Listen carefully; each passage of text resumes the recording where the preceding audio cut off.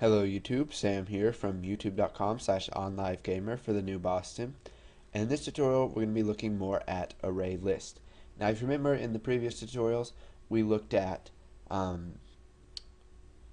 remove at, and add range. And now in this tutorial we're going to be talking about trimming ArrayList to a certain size so that it behaves more like an array and it is a little bit more efficient than an array list. We can set the capacity of the array list, and we can also use binary searches to search for a certain value in our array list. So let's go ahead and get started. Let's go ahead and set the capacity of our array list. Now what we can do is down here we can type my, or let's do it under form1 load. So we'll come over here, and now what we're going to do is we're going to type my array list dot, and you can see here, as I've said before, there's a whole bunch of stuff here. I strongly encourage you to look at this and see what you can do with some of these functions and subs. And so what we're going to do is we are going to set the capacity. So my array list dot capacity equals, let's just set it to, we have 1, 2, 3, 4, 5, 6, 7, 8, 9, 10, 11. So let's just set the capacity equal to 12. Or let's do 11.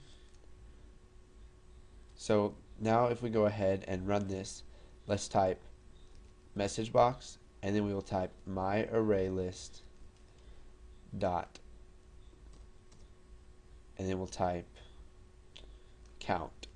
So what this is going to do is it's going to get the count of the items in the array list, and it's going to return that as an integer. So we'll just go ahead and convert that to a string.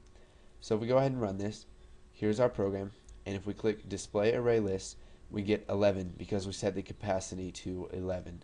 Now if we set the capacity to anything else, so let's do 20. If we go ahead and run this, it's going to give us the count of 11 because it's not giving us the capacity of the array list.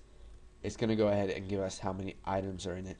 Now we could go ahead and add 9 more items to my array list, and then the capacity would be full and it wouldn't let you add any more items to this. So let's just do my array list dot capacity. So if we go ahead and run this, it should give us the value of 20. So we get 20 right there because we set it to that. And then it'll go ahead and add all the stuff to that. So what we can also do is what's called trimming the array list to the size. So let's say you have an array list, you don't know how many items people or your program is going to be adding to that array list, and you want to let them add it to until let's say a certain point in time, and then you want to make it to where they cannot add any more. Well, what you can do is you can trim your array list to the size of how many items are in there. So once they're done adding items, it'll go ahead and trim it to size. So we set the capacity to 20, then we added 11 items to it. So what we can do is type my array list dot trim to size. So the capacity is 20, but when we trim it to size, it's going to take that down to 11 because there's only 11 items in there. And if we print out the capacity, you can see that we get 11 because we've trimmed it down to however many items are in there. So that's some pretty simple stuff there. And for the last thing that we're going to learn in this tutorial, we're going to learn about the binary search. So we'll come up here and we will just declare a variable, so private index as integer. So now what we're going to do is whenever they click the button list items, we're going to get the index of a certain item in there using a binary search. So let's say we don't know the index of an item and we want to get that. So we'll just type index equals, and now we're going to type the name of our array list, so my array list dot, and then we're going to call binary search. And if you read the description of this, it says searches a range of elements in the sorted system.collections.ArrayList for an element using the specified comparator and something else there. But anyway, what you need to get from this is that inside the arguments, you're searching for a value. Now, this can be a string or a number or a data type, an object. And so we'll just go ahead and search for Sam. So it's going to search for Sam and it's going to return the index to us. So down here, we'll just message box index and we'll convert that to a string. So if we go ahead and run this, click display array list, looks like we're getting an error here.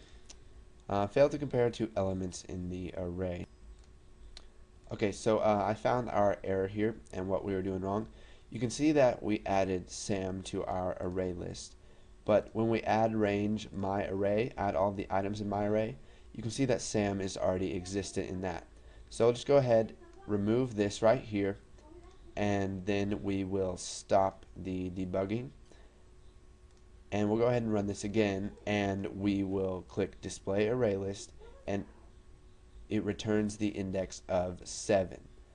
So go ahead and practice trimming array lists, setting the capacity, doing binary searches, and whatever else I taught you in this tutorial.